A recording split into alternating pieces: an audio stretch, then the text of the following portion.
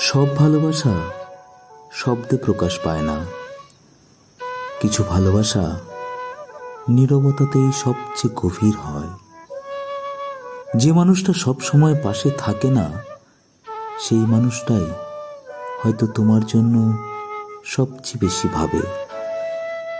কারণ দূরত্ব কখনো অনুভূতিকে কমাতে পারে না, বরং আরো বেশি অনুভব করায়।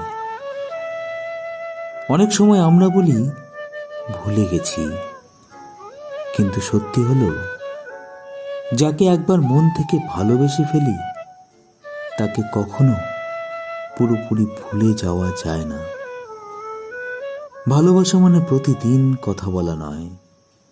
ভালোবাসা মানে হাজার ব্যস্ততার মাঝেও হঠাৎ তার কথা মনে পড়ে যাওয়া।